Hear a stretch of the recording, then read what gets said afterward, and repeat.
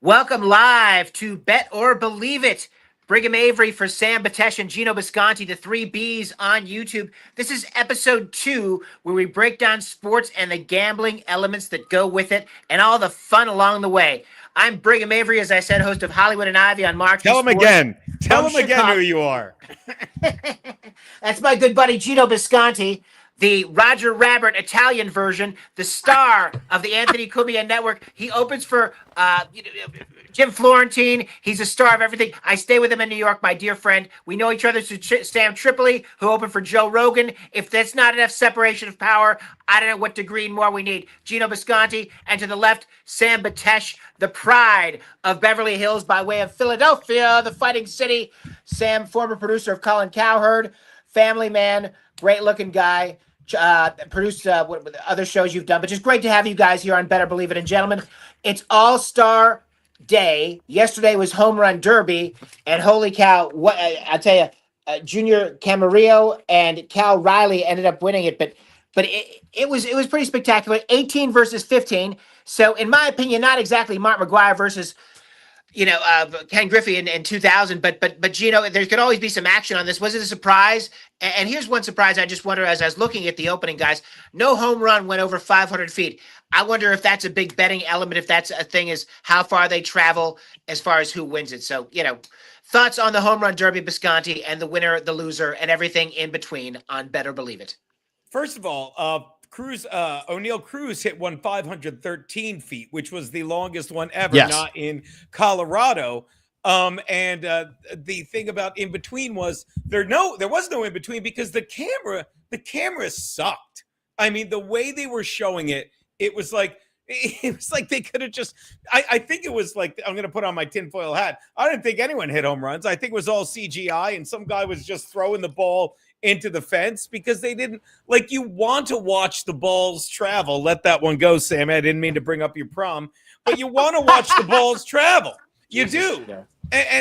And the other thing is, like, real baseball fans, I'm sorry, do not get into the, well, I shouldn't say that, but I never got into the Home Run Derby after Ryan Howard won it. And Sammy, I'm sure you'll agree with me. Come on.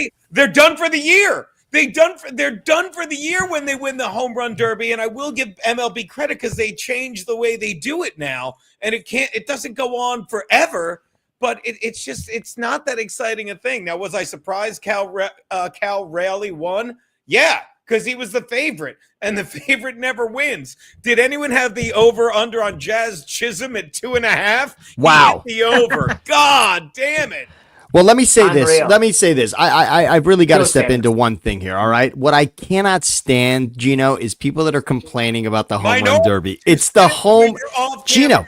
Minorities, I can't... Gino, it's the Home Run Derby, all right? Can't we just appreciate it for what it is? It's a night to just celebrate the game, watch the ball out of the park, and I will give ESPN, I'm going to give them credit for something. Yes, perhaps they weren't showing the ball on the original broadcast. They may not have been showing the ball go out of the park, but on the alternate broadcast, they sort of had the stat cast going on, and that looked pretty cool. That was great to see the ball going out of the park that way. You could see the distance, etc. So I'm not here to complain about the distance on this. What we're here to do on Better Believe It, Gino, I want to look at this.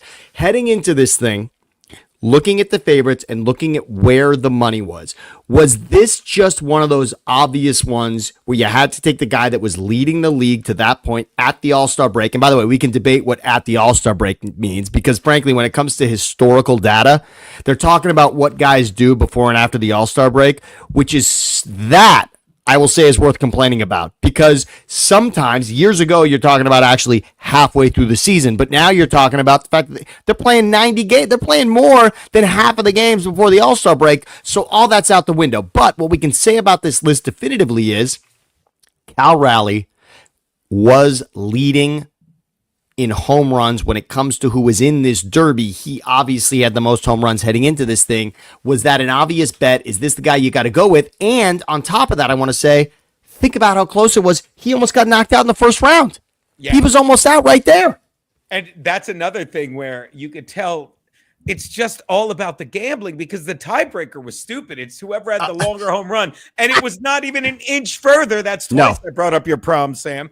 Thank you very much for that. It wasn't even an inch further. It's like they should have had some kind of swing off or a bonus round. Like, if you're really doing this for the fans, and I think you're proving my point, this is about the gambling.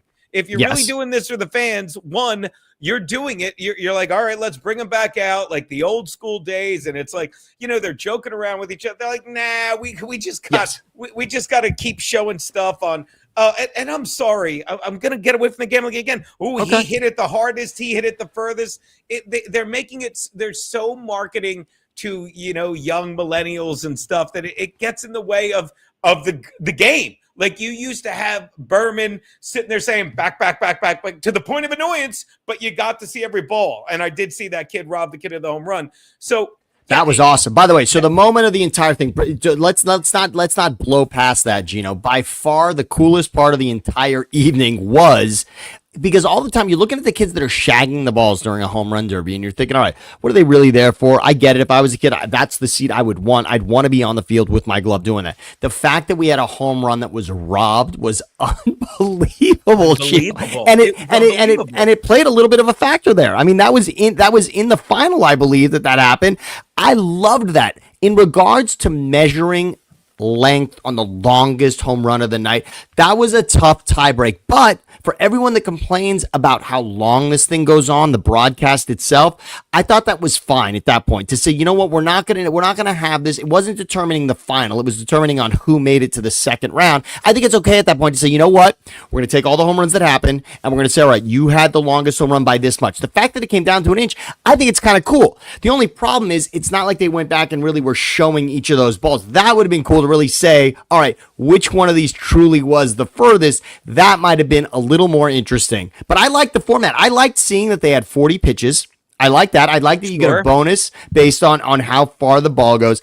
I'm always into the ingenuity of creating another round, of creating another way of measuring this. And I heard someone complain about who was pitching to these guys. Without Gino, if you made it to the home run derby in your life, who would you want pitching the ball to you? I'd have my brother pitching the ball. Okay, that's it. Without question, these guys should be able to have whoever was pitching to you as a kid in the backyard. That's who should be pitching to you. I think that is the best. Complaining about that. Like, I heard someone say, because someone was saying that the pace was stopped based on the fact that you were even getting these pitchings. First of all, the pitchers are usually these guys' fathers in this situation, right? Yeah. And so they were actually creating breaks so that the fathers could get a little time out, and that was taking too much time. That's the coolest part about this. Yeah. You got to have that aspect in it without question. Good luck having the fathers at the NBA All-Star game. Am I right, Sammy? Yeah, exactly. Yeah, I'm sorry. You got to have that. There's no way. Yeah, you have to have that. It's got to be a part of it. And that's, I will never, ever complain about that. So please give me that. Continue to give me that. All right. So Gino, moving on here, and Brig, I know you want to move us along. The home run derby. The bottom line is when you looked at this, when we were heading into this, Gino, was there anybody else? I mean, I can see, look, obviously Cal and O'Neill were the two guys that this was, if you're splitting hairs, those were the guys to look at. And it really, these are the guys that stole the show for the most part. Was there any, I was feeling a little Byron Buxton going to this. He was kind of the last guy on Noah's Ark. He was like the last guy that, that agreed to be a part of this. I was thinking maybe that could be something there. I also was thinking maybe the hometown guy, like maybe Matt Olson, right? There was part of me that thought that for a moment. Was there anything else heading into this other than Cal that you thought was worth laying $100 on? No, I mean, the only thing that really jumped out at me was Chisholm Jr. because he's a Yankee, and it's that the Yankees lost last year in the World Series, and this is my logic. Like, whenever that happens, it's like there's something to prove. They've got that chip on their shoulder, and to defend my terrible choice that it would have been, like I think he wanted to prove so hard. He's just over swinging at everything, and halfway through he's like, what am I doing? And it's like, you have to just what's the line from it's such a stupid reference, but it's the perfect storm. There'll be other days for the Andrea Gale, and yes, he's just taking BP at this point and saying, get me the hell out of here. So, like, when it comes to betting, it's like you can't go with the chalk. What are you doing going with the chalk? Like, but I in would this probably go case, with Junior and Jazz just because Jazz, I'm stupid, and I thought he'd have something to prove. And Junior plus 1,300. Well, let me just make my money for the week. Exactly. And by the way, another junior, Ronald Acuna. I mentioned the hometown kid in Matt Olson, but obviously Acuna as well. Those would have been great bets to make. I think going with the hometown guys, never a bad play. It's also a little something to root for. It's cool for the crowd, etc. It would have wasted your $100, obviously, in this case, but I can see those. All right. So now let's turn our attention to the game here, because there's money to be made here really in a couple of hours for people. And for those of you that are looking for a reason to watch these games, I mean, when it comes down to it, Gino, an all-star game, I remember I was there. I remember when Fox decided, remember after the tie game in Milwaukee where Bud Selig decided, all right, we can't have a tied all-star game, so we have to make the game count for something. And it determined World Series home field advantage for a couple of years. First of all, I just got to hear from both of you. What did you think of that? Starting with you, Gino. Abomination. Abomination. And I think you'll agree, Sammy, because this is back, speaking of which, Ryan, this was the Phillies' heyday. And they'd have the best record in the they'd have the better record of the two, but they didn't get it. And let me tell you something. It's an abomination because baseball is the only all-star game that's still a game. You can't tackle in football. You can't check in hockey. It's a dunk fest in basketball. And the beauty of the Major League Baseball all-star game is, and we'll do the air quotes because you said it's in the middle of the season.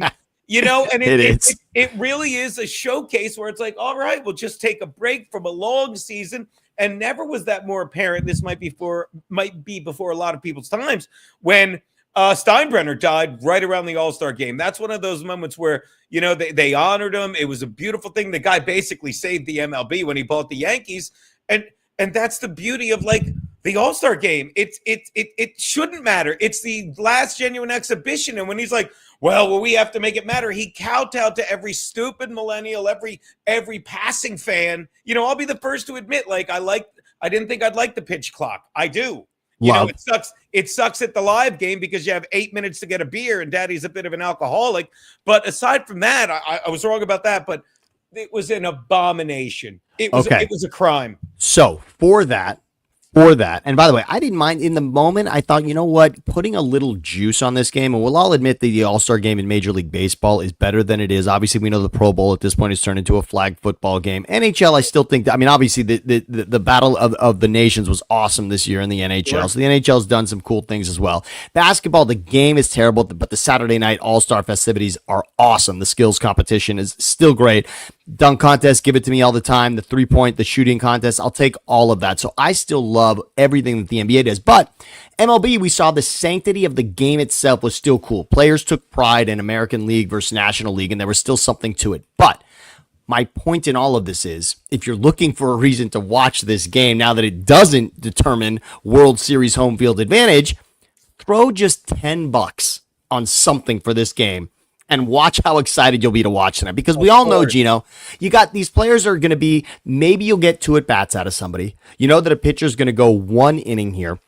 What is something that you want to look for here? I love just thinking about who's going to home. I remember last season when Shohei hit the home run in the All-Star game. It's the only thing I took away. I know nothing else about the game last year, but I know Shohei hit a home run. I'll never forget that moment because my son at the time was barely speaking, looking up and saying, Shohei, Shohei. There's just certain things you can take away from a game. Even in that tie game, remember, I believe it was Torrey Hunter who went over the wall and robbed Barry Bonds. I think it was in that spectacular game that ended in a tie. But to me, of course, I'm not going out on a limb to say that we're going to remember a long ball in this game, of course, but if you're looking at an anytime home run, Gino, is there someone that you could say without question? I mean, we got the home run derby winner here. Is there someone on this list that we're looking at with Judge, Ohtani, Cal Raleigh, James Wood, Schwarber, Alonso, Eugenio Suarez, anyone on this list that you're looking at from an anytime home run that you want to take right now? Obviously, I'm going to take, he's not even the chalk, but I'm going to go Raleigh. I'm going to go Cal because he's just swinging. Like I'm going to be honest. I never heard of the guy till this season. I really didn't. And every time I watch him, he's got this cool confidence. When he, simply put, when he hits a home run, you're not surprised. There are 2 guys on this list that when they go deep, I'm not surprised. And I don't mean like Shohei and Aaron. Right, I of don't. course. But I mean, Schwarber's another big game guy. And I don't mean like big game. Well, I mean big game, but he's a guy that loves stuff like this. He enjoys the spotlight. He reminds me of a guy that played for the Phillies as well and still does their games. Kruk. He just John Kruk, of course, and he had a great All-Star moment also, where he bowed out of the way when Randy Johnson almost hit him, and he bowed out of these. And then remember, he swung the rest of the time like this. He's like, I don't. And that's a guy that, like, there's something about guys that play baseball like kids, okay? And you could even say that about Cal right now. Like, he's having a great year, and you see him enjoying every second of it. God bless him, and luck favors the bold or whatever, but there's there's a reason his ball literally went 0.96 inches further and got him into the second round. Things are falling his way. I like Cal and I love Kyle. All right, that's great. I would say this much. I think I have a friend, JT the Brick, who is a humongous Yankees fan, and he always gets on me about the Shohei Ohtani versus Aaron Judge conversation when we're talking MVP. And obviously they're in different leagues now, so you don't have to split the hairs. One can win the MVP in the American League, the other can win the MVP in the National League now. But if you're talking about the greatest player in the game, without question, it's Shohei Ohtani, and that is just without question. With what he's doing, especially now that he is pitching again for the Dodgers, look what he did in striking out the side on Saturday for the Dodgers against the Giants to start that game. But now that Shohei's pitching again, without question, he's the greatest player in the game. But if there is something that Aaron Judge is going to say about it, it's that he could maybe make an argument that he's the greatest offensive player in the game right now. And for that, look, he's the guy that's got 60 home runs. This is his showcase moment. Shohei's not going to pitch in this game, and Shohei did hit a home run in the game last year, but Aaron Judge, he's topping this list for an anytime home run. Aaron Judge hits home runs in these types of games. I just feel like this is set up for him entirely. I just think if Judge is going to have a moment in this game, it's going to be that. I love when they mic up the outfielders. He'll probably be part of that as well. But Judge is going to make a statement at the plate. I can see when you were talking about maybe taking Chisholm because he's a Yankee in the home run derby. This is the home run derby for the Yankees. It's Aaron Judge hitting a home run in this game. I like money. I look, and it doesn't feel like chalk to me, Gino. When you can get $575, that doesn't feel like chalk. He might be on top of the list, but this isn't like laying 100 to win 110, right? I mean, chalk, sure, but the guy's got to hit a home run. And when you say anytime, if you're talking about a regular game, that's 4 at-bats for a guy. Judge is going to have 2 at-bats maybe in this game, and that's it. See you later. Then he's getting on the plane and getting out of there. But so it's worthy of that price, but I don't think it's chalk. When you can win $500, that doesn't feel like chalk to me. No. And if I said chalk, that was a misstatement. But yeah, and there's something to be said, and that's a great point. They only get a couple swings, and like you want a guy that gets his money worth on the swings, and you're making me like my Cal and Kyle bet even more because they do not get cheated. You know what I mean? No, Schwarber swings out of his shoes. I love that. And I was at the Home Run Derby 2 years ago when Schwarber was in it. He put on a little bit of show there at Dodger Stadium as well. Obviously, Soto ended up winning that one, and that was actually the coming out party for the kid with the Mariners, who's unbelievable now as well. But I love Schwarber swinging for it as well. Schwarber's all or nothing, right? Schwarber's either hitting the ball out of the park or he's striking out. And of course, and look, Brig knows Schwarber well as a Cubbies fan also, and that's simply what he does. All right, so from there, Gino, we got to look now. If we're looking at anytime home run, and again, if you're on this list, if you're cashing the anytime home run ticket, it's probably worth it.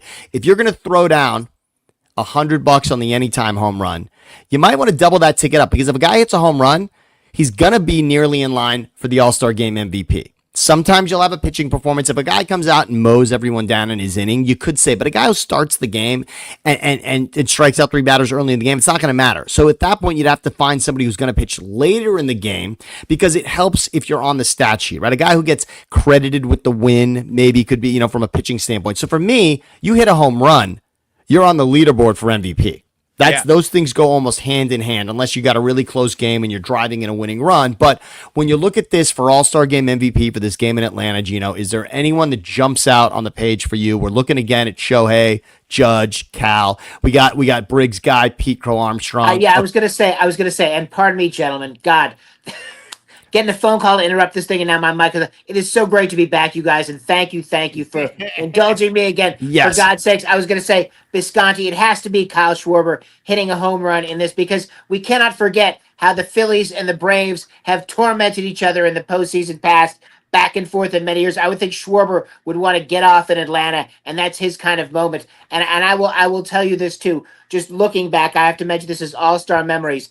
I don't know if Patesh's the throw that Parker made in 1979. God rest his soul. He is dead. But Dave Parker, the throw in 1979 at the plate to get Brian Downing of the Angels, and the tag by Gary Carter, also not with us. Those guys. That is my ultimate all-star moment, and I just can't stick by that anything else. And I will say that in this year, and I'm just getting caught up, guys, from being back out of this, but I would look for Pete Crow Armstrong, who's batting ninth in the lineup, to make something happen in a unique way because of that positioning and because of who he is. They have not seen him before. Kind of like Roy Hobbs and the Robert Duvall. How could somebody be this great who comes from nowhere? Well, we know where he comes from. He comes from Sherman Oaks, Sam. That's where he's from. Kyle, I'll tell you what, Pete Crow Armstrong going to make a splash in this All-Star game. Thank you for letting me get back into the mix. I love that. Right. No, Brig, I think that's I really do. When I look at this list, he's batting ninth, Sammy. No, I love the ninth position, and we all know, Gino, batting positioning now is a lot different. Now that Shohei leads off, right, and it changes the entire lineup the way it flips, and that ninth batter now becomes key because if you can get on and turn the lineup over to the top again, that's a big difference. It's a great point there, Brig, about Pete Crow Armstrong. The other guy I just want to look at quickly, again, the hometown guy. Acuna's got a chance here, right? I mean, if it comes down to a tie again, they're not going to measure this with inches here. It's going to, I think giving it to the hometown guy, he would get the edge there. But anything for you, Gino, you've laid, I mean, your friends like to pretend that you've won more money than all of us. I'll say that you've spent more money than all of us in regards to gambling. But for that, what do you see on this list? Is there anyone here on this list or even not on this list who's worth taking a flyer on? See, that's just it. Like, if I'm going to take a flyer on someone on this list, it's Bobby Witt Jr. Okay. I was just he's so overdue to do something where you remember that he was the number one overall pick and they couldn't bring him up quickly enough. Because the thing about it is some of these guys just, you said it, they get in, they get out, they're on their fucking plane, they're gone. And then it's some guy like that comes in as a reserve, and he ends up playing 6 innings, he gets more shots at it. But if you're telling me one guy, loving me some Bobby Witt Jr. because this is a guy like. Am I wrong? Every time you see him have a big game, once every couple months, you're like, what happened to him? Didn't we love this guy? Wasn't he? I'll tell you what the hell happened to him, Gino. He plays in Kansas fucking City. You know what I mean? So that's what happens. That's what happens 81 times out of the year. So people forget about that. His dad was a major leaguer. We forget about this is his moment to make a splash, and for that kind of unique moment, not unlike what George Brett did in the same city years ago. So I would look for. I was just going to say he is kind of Bisconti, like the Indianapolis Colts. As a dark horse team in the playoffs, I was just going to say Bobby Witt because we hear about him, but not a lot because he plays in Kansas City. And I would think he's got some inspiration. There's some Huckleberry in him to make something happen. And I'll tell you why. Because he just missed the very good Royals teams in 2014 and 15 that went to the World Series. So he hasn't really tasted that much success in Kansas City, and he wants to make a name for himself. And I think this is the plateau and the platform to make it. So I would go with that all day and twice on Sundays. Good call. I love that. Now I want to say this, but Frig, when it comes to saying that a guy is from a certain city and saying that therefore maybe people aren't watching him, I want to say that we are now in a different generation where that no longer matters. If you look at the NBA Finals, it was OKC and it was Indiana. A lot of people said, "Oh wow, well, what's this going to be? The league's got to be besides themselves." It's not about that. It's about Halliburton being a superstar, Shai Gilgeous-Alexander being a superstar and an MVP and a Finals MVP. It's no longer about the cities that these guys play in. It's about what kids, and not even that, just people that might be younger than us or frankly even our age, you're following the stars now, and it doesn't matter what city they play for at all because it's not like people have to, it's not like we're no longer taking attendance numbers to decide whether a guy's popular. Are you watching these guys on TV? Are you watching these guys in highlights? Are you paying attention to these guys because you have a fantasy league? And frankly, better believe it, are you winning money betting on these guys? And that's where Bobby Witt could make a name. It's not about doing this for Kansas City. It's about because we said it today, because Gino said Bobby Witt. If you win money now on Bobby Witt, guess who your favorite fucking player is now? It's Bobby Witt. If Bobby Witt wins you $1,800 tonight, that changes everything. You're not worried about whether he's in Kansas City or not. He's the guy that won you this money because he won the All-Star Game MVP. So that's it. Right, you're right, Sam, but you're kind of wrong. You're kind of wrong because where do the two best players play? They play in Yankee Stadium and Dodger Stadium. So yes, but guess what? But wait a second. But guess what? But the best player in baseball before that categorically is correct. But in these specific instances, especially with these two guys, what they're doing, the international flair of Ohtani, what Judge is doing, getting 350 home runs. Which, by the way, you guys, oh my God, is he Robo? Amazing. Brig talked himself into such a tizzy that he had to jump out, but he knew that we were changing our attention here to one thing. So Gino, I've been to his house. He has two computers. You're right about the two laptops, but laptops. just not in this individual space, Patesh. I disagree with this unique reality. But yes, I think in this case because of Ohtani and Judge. But yeah, you could. But that was kind of true too, guys, with Ken Griffey Jr. in the '90s, where people would watch him in Seattle. You know what I mean? So it's watching him in Seattle. Talent in a lot of ways. And Mike Trout was undoubtedly the best player in baseball for a decade, and no one was complaining that he was in Anaheim. Look, he didn't win a playoff same game. Hospital as me, Newcomb Hospital. Look at Gino. If they only knew, it was a 2-for-1 that night, right? It was Mike Trout and Gino. Yeah, that's it. It was 3 decades apart. That's all right. It's all right, Gino. Both pictures are on the wall still, so that's what matters. All right. You say the sweetest thing. Gino, now imagine this. Imagine if there was a mix-up. Imagine if they changed personalities and Visconti was Mike Trout. You would be so bored in Anaheim, Gino. Oh my God! Oh. You could only go to those little watering holes there. You would be. I lived in Orange County, Gino. It would not mesh with, or you would rewrite the story of it, buddy. It would be Visconti County if you traded places with Mike Trout. If they had Freaky Friday, mash up Visconti and Trout. They're coming out with Freakier. Did you see Freakier Friday? No. Tell me about it. They are not. They are not. Is that a woke version? Is it a woke version? And they should. Everything's a woke version. Is it with George Lopez? Who's in this? Is it Goldie Hawn and Stacey Dash? How do they cast this? Sam, I'm gonna call him so his phone cuts out. Yeah, exactly. We know how to knock Brig right out of this. All right. So one other thing now. We got to turn our attention to the NFL, Brig, and I know you've been thinking about this for a while because, frankly, your beloved Bears are on this list. But I want to remind everybody. All right, so Gino, sometimes the way to make money is in the margins, and you got to get in the weeds here. And I thought a great way for us to make some people money here with this week is we're getting way ahead of this one. All right, 2025 NFL season is, first of all, it is almost here because once you hit August, first of all, there's a game at the end of this month, everybody. At the end of July, we've actually got NFL action. But I'm looking at playoff droughts. And Brig, if you want to just remind everyone, all right, what these are teams. This is not now. I will say this much because Andrew Siciliano loves to remind me of this. Every year for the last 35 years, at least 4 teams that missed the playoffs the previous season make it in the current season. All right. But this is beyond that. We're talking about droughts that have happened for at least 4 seasons. And if you're a Jets fan, you might want to look away right now. But Brig, would you just please read me what's on the screen here for the teams with the longest active playoff droughts in the NFL? Yes, I will. So, number 1, the New York Jets, who have not been there since 2009 with Rex Ryan. When they went into, they beat the Patriots in Foxborough that year. They beat Tom Brady, but could not beat the Colts, who went up and lost to New Orleans in that Super Bowl. But yes, that was the New York Jets the last time they were relevant, 2009. I said it was the Gotham Backpage green jinx when they had the back page of the New York Times green for the Jets. And people were wondering, have they taken over for the Giants, who just won a Super Bowl in 2007? So 2009, last time for the Jets, Rex Ryan, a different identity. They've been trying to get it right. It's just been garbage ever since. The Atlanta Falcons, 7 seasons. I think the last season, guys, was that Super Bowl loss to the Patriots. Their last postseason breath was taken in the overtime lot. Wow. So if I'm not specifically right, that Atlanta, a lot to catch up on, a lot to get back with.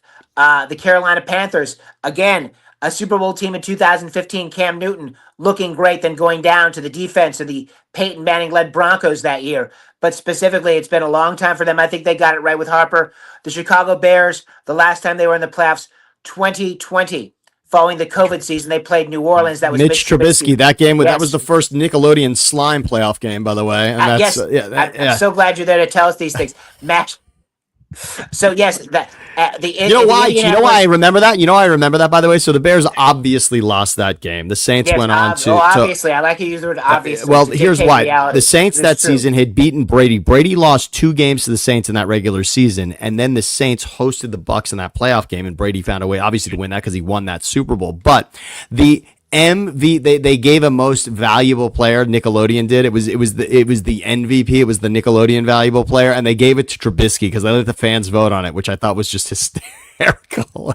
But that was Trubisky winning that one. Him. But you offended exactly, him. I did. So you got the Bears there 4 seasons, and then also Brig, the Colts haven't been there in 4 seasons, and the Saints that we were just talking about haven't been there in 4 seasons. So Gino, when I look at this and we say, all right, could we lay? Is there $100 that I would want to lay on one of these teams? Jets, Falcons, Panthers, Bears, Colts, and Saints. Is there one of these 6 teams that is actually, if I'm going to set the $100 on fire, or if I'm actually going to put $100 on one of these teams, where would that $100 go? Jets, Falcons, Panthers, Bears, Colts, Saints for 2025 making the playoffs. And trust me on this, one of these 6, and actually history tells us that 2 of these 6 are going to make the playoffs. But if we had to choose one, Gino, what are you feeling right now? Okay, it's not the Jets. They just made it official. They're overpaying 2 Wilsons now. And by the way, and while you're saying this, while you're going to the Jets, I want to show everybody. So the Jets, if you want to lay this bet, you're going to win 4. If you lay 100, it's plus 425 for the Jets to make the playoffs. So it's not a terrible bet, but is it just garbage? There you go. Garbage payout. If you're telling me the Jets are plus 800, no, they're not doing anything. They're not. They have.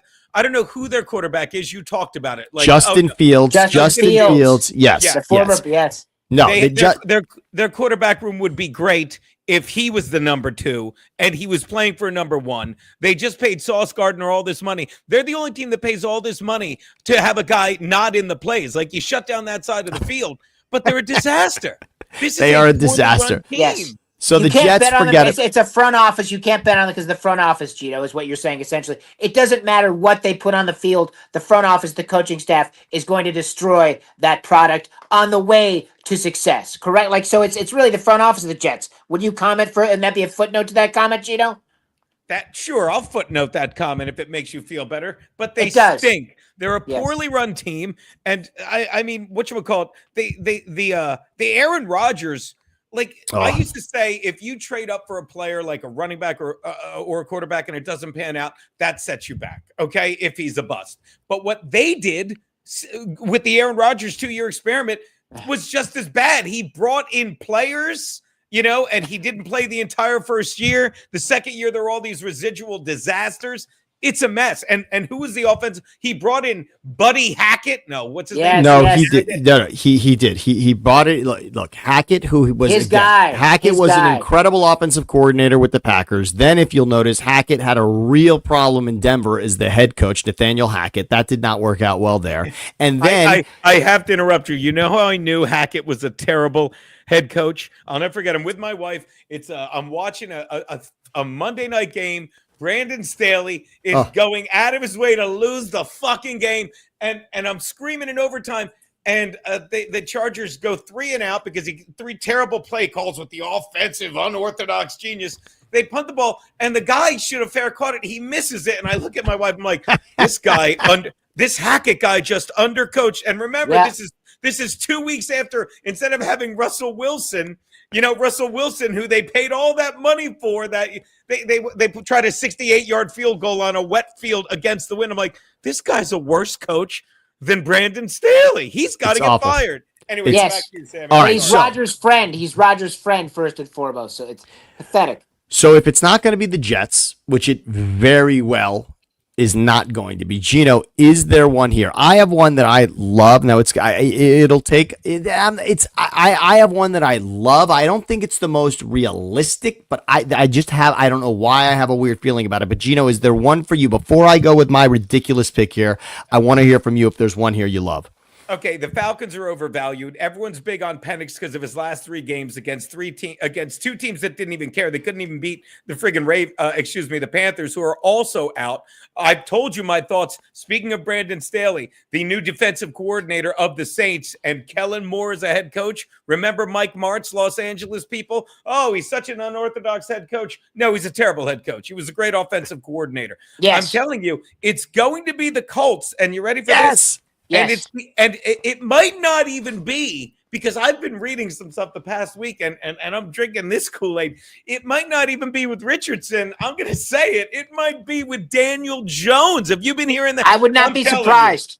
No, I'm telling you, because we talked about this last week, and you'll agree. It's like, because what did we say? I'm like, how are they doing so poorly when they have Jonathan Taylor, who's amazing? And you know what it is? It's like Anthony Richardson's like, well, I'll win it with my feet. I'll win it with my arm. Shut up and hand the ball off and make the 4 throws I need you to each quarter. And that's Daniel Jones. I keep expecting Anthony Richardson to become the player that he is supposed to be. Anthony Richardson is supposed to be Lamar Jackson. Now, of course, it hasn't happened, and it doesn't look like it's going to happen, but I feel like Shane Steichen You're supposed to be Colin Cowherd, but I'm not fucking complaining. And we're not. We're not complaining about it today. This team, with Steichen, with what Steichen did with the Eagles in the run to the Super Bowl, the game they lost to the Chiefs, not the one where they beat the Chiefs, but Steichen, his stock was high, much like Kellen Moore, but Steichen had an opportunity with this team. If Anthony Richardson could be half the quarterback that he's supposed to be, this team would have been a playoff team last season without question. And the way Richardson started, it looked like it might happen. It was a loss to the Texans in week 1, but Richardson looked every bit the part. But now we haven't seen that since. He walks out of a game while his team is trying to come back. He walks out of the game because he's tired. Steichen has to decide in that moment, am I sitting the guy or not? He stands by him for a day. Then the next day decides, no, I actually can't start you anymore. And they have to turn at that point to the backup. And that's it for Richardson. He does come back. He shows signs, but now you're right. Gino, is Daniel Jones enough to kick this guy in the ass to say, this is my team, this is my franchise? They have given this guy the reins to the organization, and he has blown it to this point.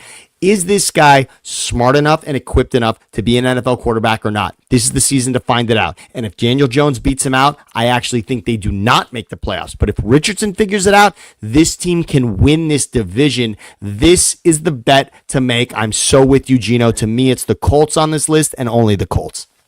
And if I can jump in and just add to that, and then I'll give it back to you, my man.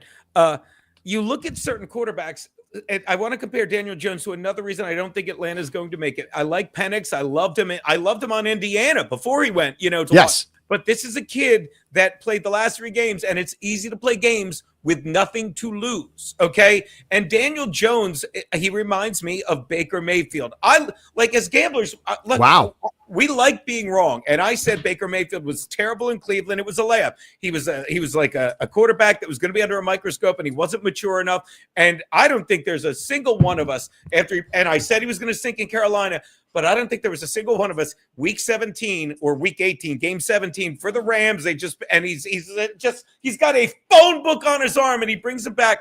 And then he goes there, and now he's learned how to play the game.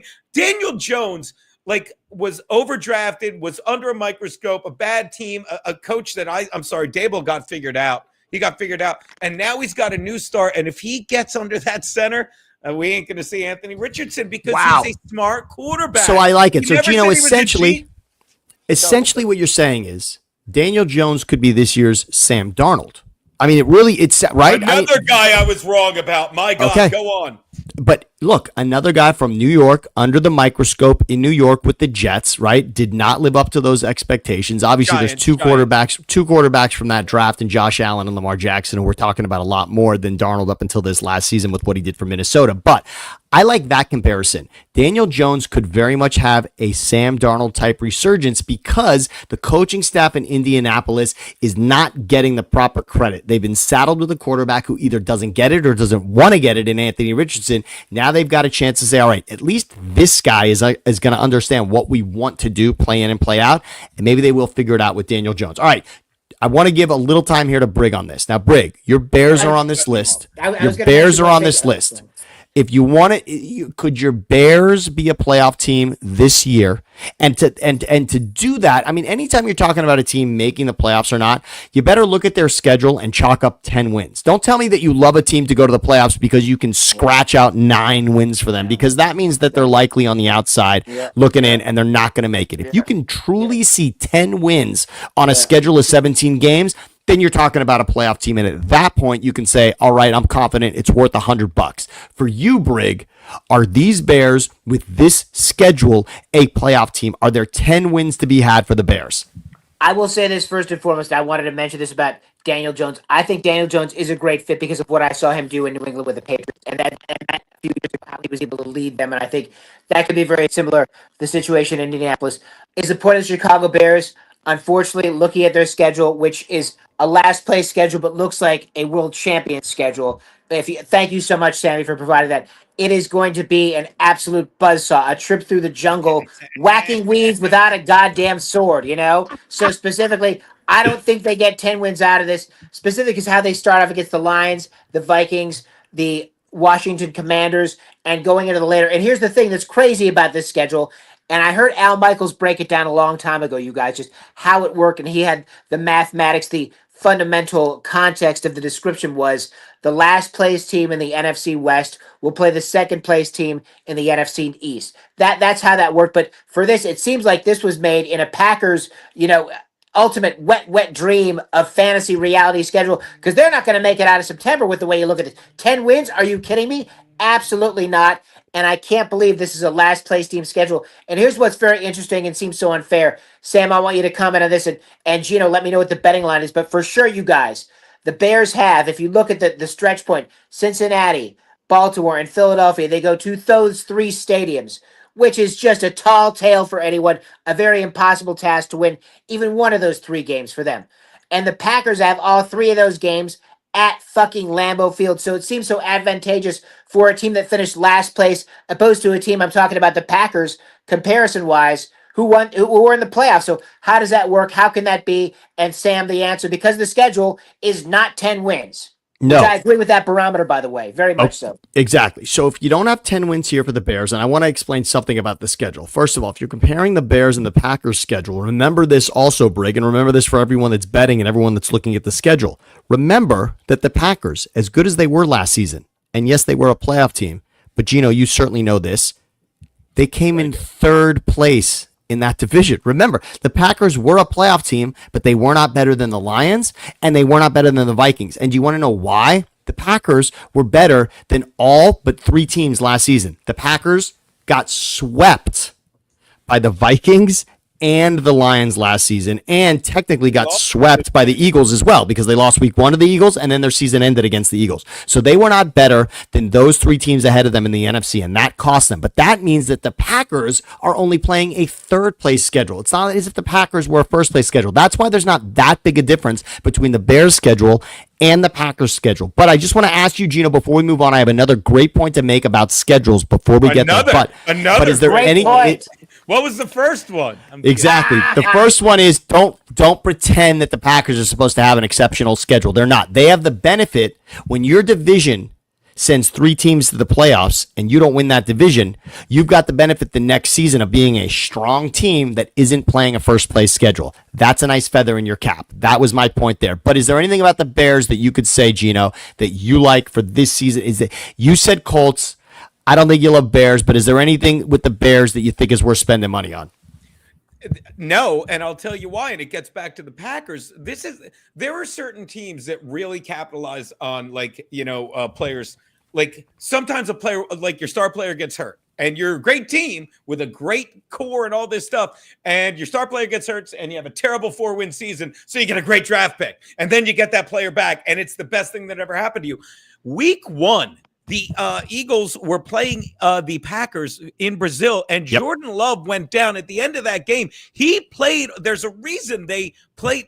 I mean, I would argue there's a reason that they came in 3rd, because he was playing hurt and, without the confidence on that knee. They're going to be a force to be reckoned with this year. They really are. He's more comfortable with his receivers. And the Bears, stop blowing Ben Johnson. I mean, why is he even the odds-on favorite for Coach of the Year? No. You know what I mean? This is a team that, I'll say it again, and we talked about it last week. Caleb Williams took a lot of sacks last year that were his fault. That demoralizes a team, and I don't think anyone's going to forget. It's only like it happened on Thanksgiving when he needed 8 minutes to run one play and had a timeout on the clock. And this is like, you don't. I'm gonna say this. I said this to my brother. He might even be watching. When they threw that interception in the Super Bowl, I looked at my brother and I said, "You don't come back from that. You don't come back from that." No. And they were half a yard away from beating. And my brother said this, and it needs to be repeated. They were back to back. They were half a yard away from beating. I can't think of their names. Oh yeah, Peyton Manning and Tom Brady in back-to-back Super Bowls. And I want to go over all the Super Bowls they've been in since. All right, so I'm done. So my point is, your team has a lot to overcome in their own clubhouse. I am not putting anything on this team other than the under on the win total. That's great. All right, so now here I want to make this point. Now, Brig, I love what you said about your Bears and the schedule. And because of this, there's a division we should look at because this is really splitting hairs. Gino, we need your help on this one. There are a lot of, when you look at the odds in a division, it becomes very clear and obvious which team is the favorite, and usually there's a nice gap. Obviously, look at the AFC East. You got to lay some serious money for the Bills to win that division, but it's worth it. The Bills are going to win that division. By the way, you want to win a little bit. You want to get your $100 back. Put $100 on the Bills to win the AFC East right now. But you lock it up. Lock it up. But when you look at the NFC West. Fund, Sammy. Look at this, though. Levi's excited about my Bills bet, but look at this. The Rams and the Niners. How do you split the difference here? You're looking at plus 160 Rams, plus 160 Niners. How do you choose a winner in the NFC West? Now, there's a little bit of juice if you want to take the Cardinals or the Seahawks. That's a $500 bet. That's nice. But if we're here to educate people today, to tell people whether it would be the Rams or whether it would be the Niners. Gino, before I get your full opinion, I'm going to go on the back of what Briggs said about the schedule, and I want to point something out to people. You want to talk about the difference between first place and last place in a division? Remember, the Rams won the NFC West last season, and the Niners had a disaster of a season. They had injuries everywhere. They won 6 games. They came in last place. Say his name. Who was your assistant head coach to help the new defensive coordinator? Say his name. Brandon Staley was the curse on these Niners, as you called it, Gino, and not a lot of people are looking at that. Everyone's excited to have Saleh back, but not a lot of people are remembering that. And Staley was really there as a consultant, really, right? I mean, Staley was just there. He was there as an insultant to your intelligence. That's amazing. If you get nothing else out of this show. Beautiful, Gino. So here's the difference. Let me show everybody what this is. When you're taught, what you learned from Al Michaels that day, Brig, is this: the difference between your first place schedule and your last place schedule. It's not that every team on your schedule is now a last place team. There are swing games throughout a schedule, and that is the difference between being in first place the season before and being in last place. Check out the Niners. You want to know why this is the easiest schedule in football? I'm going to show you right now. Go to week 9, where the Niners are playing the Giants. Do you know that on the Rams schedule, the Niners get the Giants for that game when they're playing the NFC East? The Rams have to play the Eagles. Remember, the Eagles ran 4 60-yard touchdowns Saquon had against the Rams in 2 games last season. So the Rams are not excited about seeing the Eagles again, and boom, they've got the Eagles, where the Niners, as you can see here, have the Giants. So there's that Giants week 9, and now go to the Rams. Week 3, Eagles. All right, so that is a split game. The Rams get the Eagles, where the Niners get the Giants. Back to this easy Niners schedule. Check this out. Week 13, at the Browns. The Niners get the Browns from the AFC North. Oh, okay. Let's check out, what do the Rams have from the AFC North? You got it. The first place Ravens, week 6. All right. Now, to me, that looks like 2 wins for the Niners and 2 losses for the Rams. Now, back to the Niners schedule. Oh, check this out. Week 17, your Bears, Brig. There you go. Week 17, Bears on the Niners schedule. But now, check out the Rams Lo and behold, week 15, the first place Lions. So the Rams are looking at what right now we would say are probably 3 losses, whereas the Niners see those as 3 wins. That is the swing. And that would be the difference to me. If I was laying $100 right now, it would be because of those 3 games. I'm giving the Niners the edge because of this ridiculous schedule. That's worth trying to make $160 on the Niners instead of the Rams. Gino, do you see it different? You know what 2 dates stuck out to me that I really liked on the Rams schedule? You know what 2 weeks? Bring it up. Weeks 5 and 10 when they played the Niners, okay? Because I'm going to tell you something, San Francisco fan. I like both. Like they got a cake schedule, but the Rams are a genuinely good team. And I'm not saying the Niners aren't, but McCaffrey, blame my brother. I had the number 1 pick in my fantasy draft last year, and my stupid brother said, ready for this? McCaffrey never gets hurt.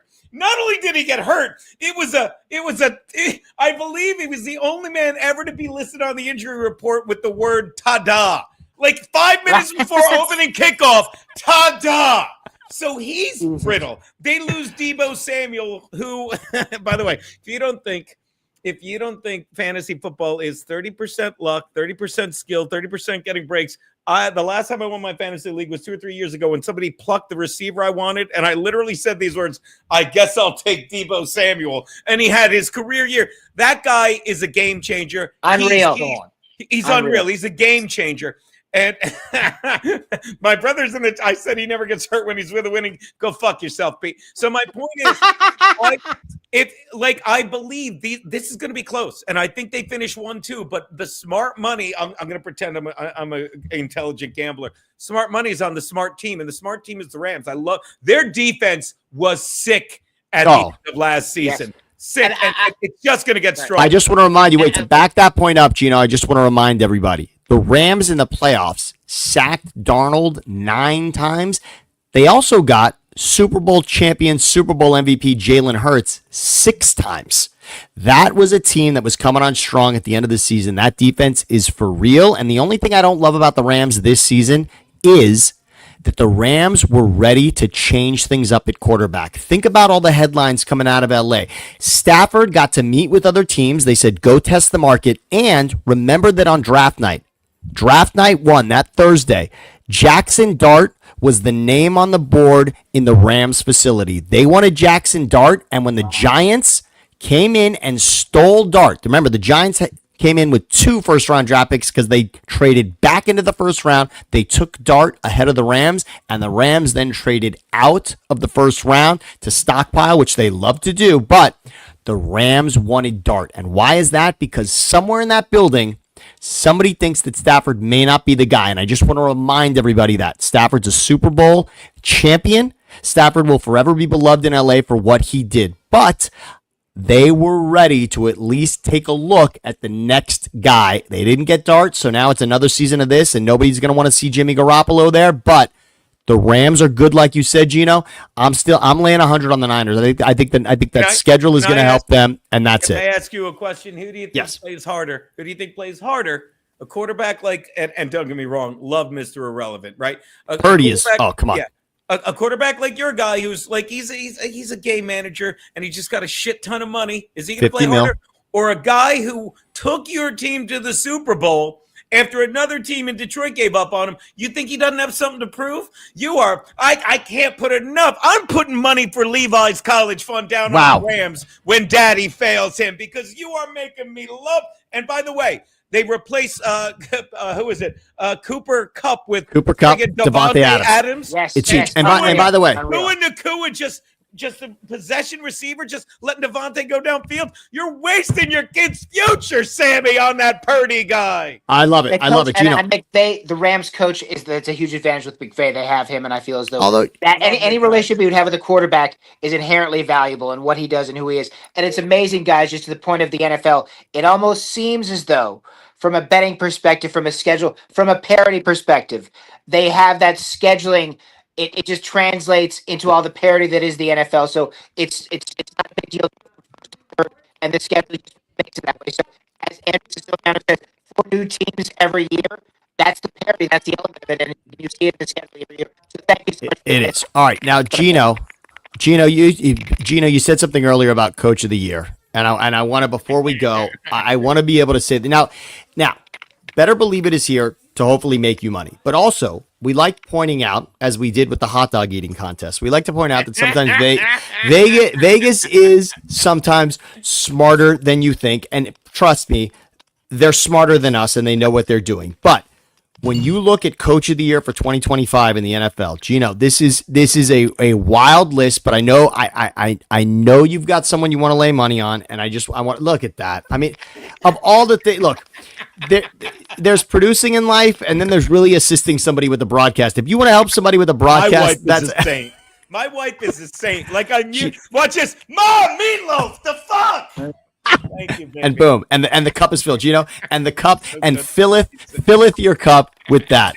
All right, we have to take a look at the Coach of the Year. Lock on a Coach of the Year? Okay. Lock on a Coach of the Year. Now look here. Now let's this is the first page. Now look, you can go to any book and take a look at Coach of the Year.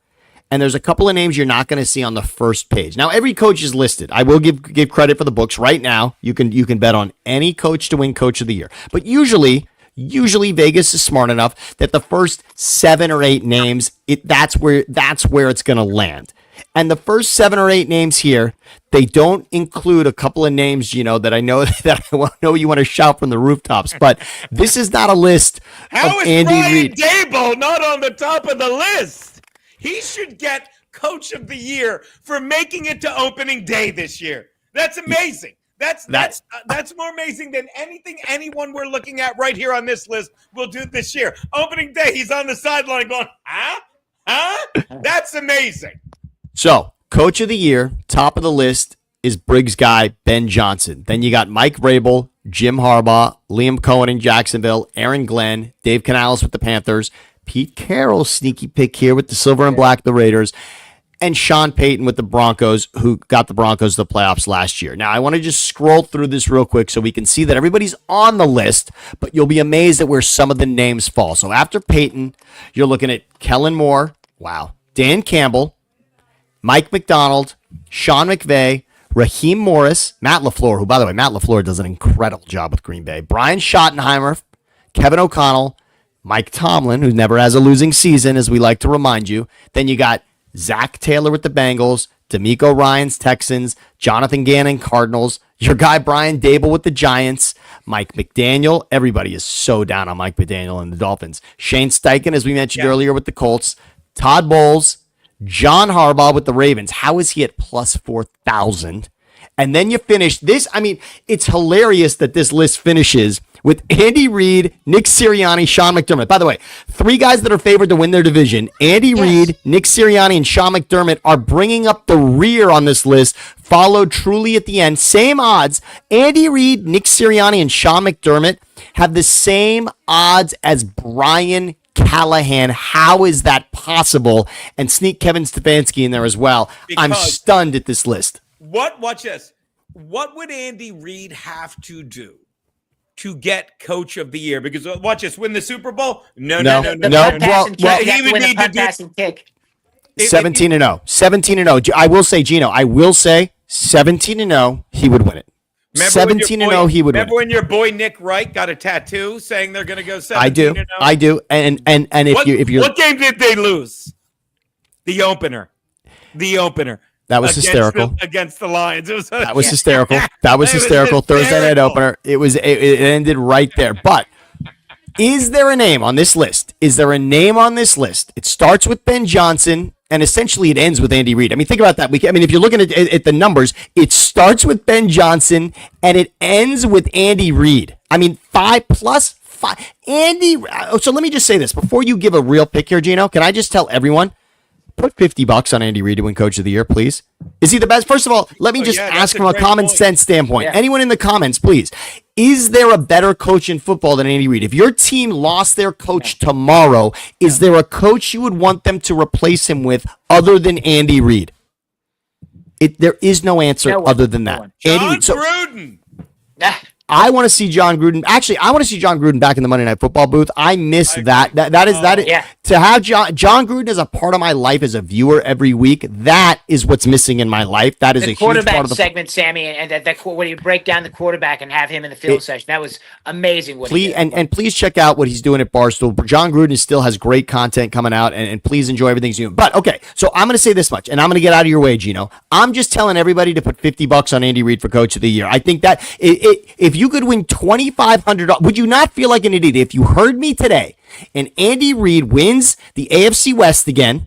And Andy Reid wins a lot of close games, which makes it more interesting as Coach of the Year.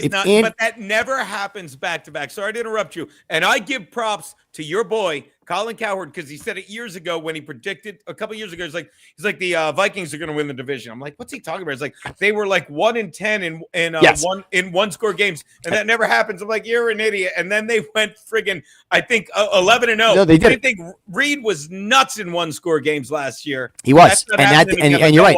And that Vikings team, you were right. That Vikings team, the year that they did win all but one game in the one possession field, the next season it turned on its head, and it was a disaster for them. But I'm saying if you're going to throw $50 at something that feels like it's money that could come in, are you not going to be feeling like Andy Reid is at least in the conversation for Coach of the Year for most of the season? You are. You're going to feel like he's got a shot. So throw $50 at Andy Reid. But now, if you want to tell people where to make money, Gino, please let us know on this list. Where should you throw $100 for Coach of the Year? Okay. Now, it's always fun, and we don't even need to leave this page, because if you're seriously gambling, you're like, let me go down the list and see where the best return on investment is. Ben Johnson, we talked about this. Like, you've got too many things, too many ghosts in your clubhouse, So I don't know why I don't get how he's just plus 650. But regardless, that seems like wasted money to me, okay? It does. You're giving me Mike Vrabel, who everyone's in love with. And what has Drake May what has Drake May done to convince me, and don't get me wrong, because I don't want to get political, but if you don't get what a DEI hire last year's coach was, whose name I already forgot, and I don't mean this in a racist way. It's like, all right, well, hire him because Gerard Mayo. Yeah, no, Gerard Mayo. Yeah. He's out of a job. He's out of a job, and don't get me wrong, he was great on the team as a player, but he came out of nowhere. And boy, if you don't think Boston's got a bad reputation, look at what happened with this Sharon Reed trial. But I'm telling you, so they bring in Vrabel, and they're like, well, he's going to fix it. Okay.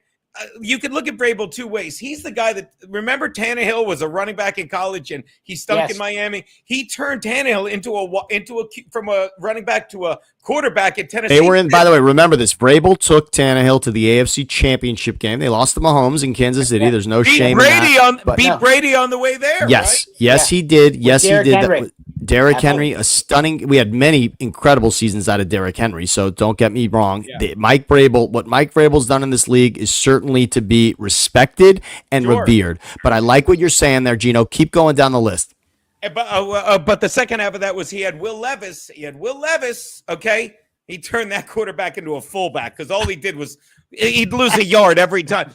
I mean, he's terrible. But okay, no one's gonna believe me. Show him your shirt. Wait, Gino, let's show him your shirt. We'll go back to the odds here, but let's show him your shirt here. Before we talk about Jim Harbaugh, we got to talk about Gino here. If we're looking at Jim Harbaugh odds for Coach of the Year, I actually think, Gino, and I want to hear the rest of what you have to say with the Colts stat too. I think last year was the year to bet on Jim Harbaugh for Coach of the Year, but I want to hear what you have to say, Gino, because he's on this list, certainly. We have to say that he's on this list for a reason. Jim Harbaugh's on this list at plus 1,300. What do you think of Jim? Here's why last year wasn't the year. Last year was his first year. He's incredible. You're a San Fran guy. You see what he does in the second year with the team. He took Michigan from a shitty team to number 2 in the AP his second year. And you know what he had his first year? A lot of rookies. And you know what else he had? And I've had it with people saying, Justin Herbert threw 4 interceptions. No, he didn't. Justin Herbert threw 2 desperation interceptions in that playoff game against the Texans. And I'll tell you why. Because the first interception was to Quentin Johnson, who should be called Squintin Johnson, because I think he catches like this. But you know who they have again? Mike Johnson. And speaking of Squintin, you know who else they have? Najee Harris, who fucked up his eye in a fireworks accident. But you know who else they have? Thank you for telling Omari Hampton. Not only do they have all these guys, so Quentin Johnson's gone. They're willing. I mean, he's still there, but he's not the big. He won't be the number one. He won't be the number one. And you didn't mention Ladd McConkey, also, who we love. Well, I'll get there. Ladd McConkey. But I'm telling you, This is a team with a year under their belt. A lot of rookies like God. Why did I forget his name? Well, you said Omarion. You already said Omarion Hampton, who is, by the way, a lot of people liked Omarion Hampton as much as Ashton Genty, and we'll see. Look, look, the draft is as much a crapshoot as anything else, but Omarion Hampton is going to be heard from this year as a rookie running back. Yeah. And I'm telling you, this is a team with a lot of rookies. They're second-year players. Why? Oh, Jesus Christ! I couldn't think. Like Alt's now in this. This is an incredible team. Rashad Johnson, and this is a team. I'm telling you. Oh, well, watch out for Denver. No, you watch out for Denver because I'm telling you, Bo Nix had a great year, but no one was expecting that. And being a quarterback in your second year is like being a porn star, and it's hard to be that good when everyone sees you coming and everyone's ready for him. That division, I got to jump in. That division is up for grabs too, with Pete Carroll starting with the Raiders. No, it's not. Stop it. Yes, it's more competitive than it has been in years past. Geno Smith, and I love Stop it. It's better. Kansas City's not going to be as powerful as they traditionally are, and I think were. No one said they were, but you said, well, Pete Carroll with Geno Smith? Oh, yeah, look at him wheeling them down the field. Stop it. No, I'm saying it's good for – I'm saying the Bolts have a chance this year because of that. It is better in the past. It's to their advantage because they have Pete Carroll. I'm not saying Pete Carroll's going to be Big Bad Voodoo Daddy. You said he was the greatest man that ever lived, and you loved him. Yes, I did. Pete Carroll partied more than anyways. Yes, that division is right for the picking, Biscotti. I tell you, it's better than it's been. It's easier to win than last year. Would you not agree? That's what I'm saying. I would agree. And the one thing that concerns me about the Chargers is they charger everything. Like they should have beaten the Texans. And they went in and they chargered it up and all this stuff. And don't get me wrong, again, by the way, the first interception Herbert threw, he threw what he did all year. He threw a perfect first down pass to Quentin Johnson, fucking stone hands, and so what did he do? What does a good coach do? What does the coach of the year that's going to win this award and make you 13 hundo this year do? It says, we're going right back to him. They throw a bomb to the biggest receiver on the team, and instead of using his body, he's like, and it gets picked off. He doesn't even play defensive back. And then the next pick, my brother's tight end from Seattle, Will Dissly, it bounces off his. Are you fucking out of your mind? And then his next two picks are like, well, we're down 30 points because I'm surrounded by dopes. Gino, I love that you got that off your chest. A comedy of errors. It was a comedy of errors. Listen. By the way, Liam Cohen, if you're not sure where you heard that name before, it was 5 minutes ago when the voice in your head said, who the fuck is Liam Cohen? Take Jim Harbaugh. I love it. Gino, all right. So I want to do this, boys. All right. So let's roll back through all of this. We got about 2 minutes here before we got to run. And let's take a look at this. All right. So I want to recap a couple of things. Gino, you say lay $100 on Jim Harbaugh for Coach of the Year. Now, I will say this much. I think the unfortunate part there is it seems as if Jim Harbaugh is going to have to win that division to win Coach of the Year. And so, I mean, because if Jim Harbaugh wasn't up for Coach of the Year this season when the Chargers made the playoffs, that would tell you that they'd have to be essentially better than this season, which would be winning that division. So that's our butt. I interrupt you very quickly and say, I couldn't agree more. But don't you think he can? Because as Brady said, yes, I do. Yes, I do. Yes, I do. So I'm going to write in the comments. Boys, I'm going to write in the comments as we go, all right? The bets that we want you to make, I'm going to write in the comments as we go. So we want you to lay. This is what Gino is going to back all of us up with $100 on all these bets, all right? So here's what we're going to do, all right? So just remember this. We want $100 on all these bets because we're here to at least make you money or allow you to explain to your wife why you spent the $100. All right, we're at least going to give you the oxygen to explain why it was a good investment, even though it didn't turn out right. So we're spending $100 because we think plus 1,300. Jim Harbaugh, Coach of the Year, is a bet that we want you to make. I'm putting it down there. All right. Yeah. Now, yes. We also said we were split. I'm not going to give us. We were split on the NFC West. But Gino, you said Rams to win the NFC West, and right now there's good. Indeed. Okay, and there is good money. There is money to be made there. It's not a ton, but you said Rams to win the NFC West. All right, so I'm going to get that down here as well. Rams to win the NFC West. Right now, the Rams and the Niners have the same odds. All right, so we got that in there. Rams to win NFC West. I put that up there or what? Now, the teams that have had a disgusting playoff drought I want to remind everybody. I mean, this is just an ugly list. This is just an awful list. That's this is really disgusting when you look at these teams that haven't made the playoffs in how many years? I mean, the Jets haven't made it in 14 seasons. The Falcons haven't made it in 7. The Panthers haven't made it in 7. The Bears haven't made it in 4 seasons, and neither have the Colts or the Saints. But Gino said, let's put $100 on the Colts to make the playoffs. All right? Colts to make playoffs, which is a solid bet. That division, by the way, the Texans are not going to run away with that division this year. I like that bet a lot. So that was a good one, Gino. Now, let's get to baseball. Gino said he would have laid money on Cal, the favorite, for the home run derby. And by the way, that did come through. So thank you, Gino, for explaining why that happened. Sometimes chalk is worth it. And again, to me, chalk can be the leader. But again, when you're making more than 2 for 1 on your money, I don't look at it as chalk, right? Chalk is like a minus 110 bet, right? Exactly. So if you're making good money, if you're talking about a field, if you have to choose, I mean, again, any golf tournament, if you take the top guy, you're going to make money because that's a field of so many players that it's still the odds are stacked against you to pick any one person. So in a home run derby, Cal still is going to win you 300 to 1. That's nice. If you can win $300 on $100, that's worthy of your bet. And Gino said you should have put your money on Cal, and that would have cashed for you. But when it comes to tonight's game, by the way, Yes. I would have. In hindsight, and it's easy to say that I'm not, and we all know we're not that good going. We told you. No. But you know what I mean. But it was a smart bet, and we explained why it would have been a smart bet. Now, when it comes to an anytime home run in this All-Star game, I believe you said, and by the way, we're minutes from it, so get your bet in now. Gino, you like Schwarber swinging out of his shoes, if I remember correctly, correct? I like him having a good time. And before I forget, my buddy EK Legend, he's in the chat. He's a gambler. We have a great time. He loves Paul Skeens, starting pitcher, over 3 strikeouts plus 600. I love that. Oh, I would take that on. Thank you, EK Legend. Absolutely. And he's such a fan, and he's a big fan of my show and my brother and all that stuff. And and he's a gambler too, and he loves it. So I love this. I'd almost forgotten that. Back to you. I'm sorry. Thank you, EK Chendon. That's a great one. That is a great one. And then before we get out of here, the All-Star Game MVP, Gino, remind everybody who you think can run away with the All-Star Game MVP. I'm gonna preface it with this: when you're betting on stuff like the All-Star Game, like, have fun. And gambling should always be fun, because if you're doing it to make money, you're insane. You know what I mean?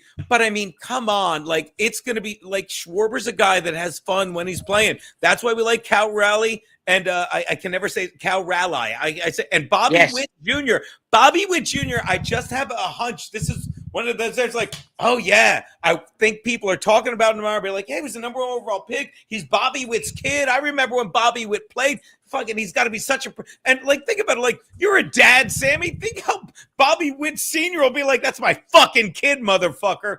And again – it's these moments you could just think it's like we haven't heard this story since draft day, and now you'll get to hear it all over again because this will be that moment for Bobby Witt. I love that. So again, everybody, look in the comments here. Brigham Avery Productions.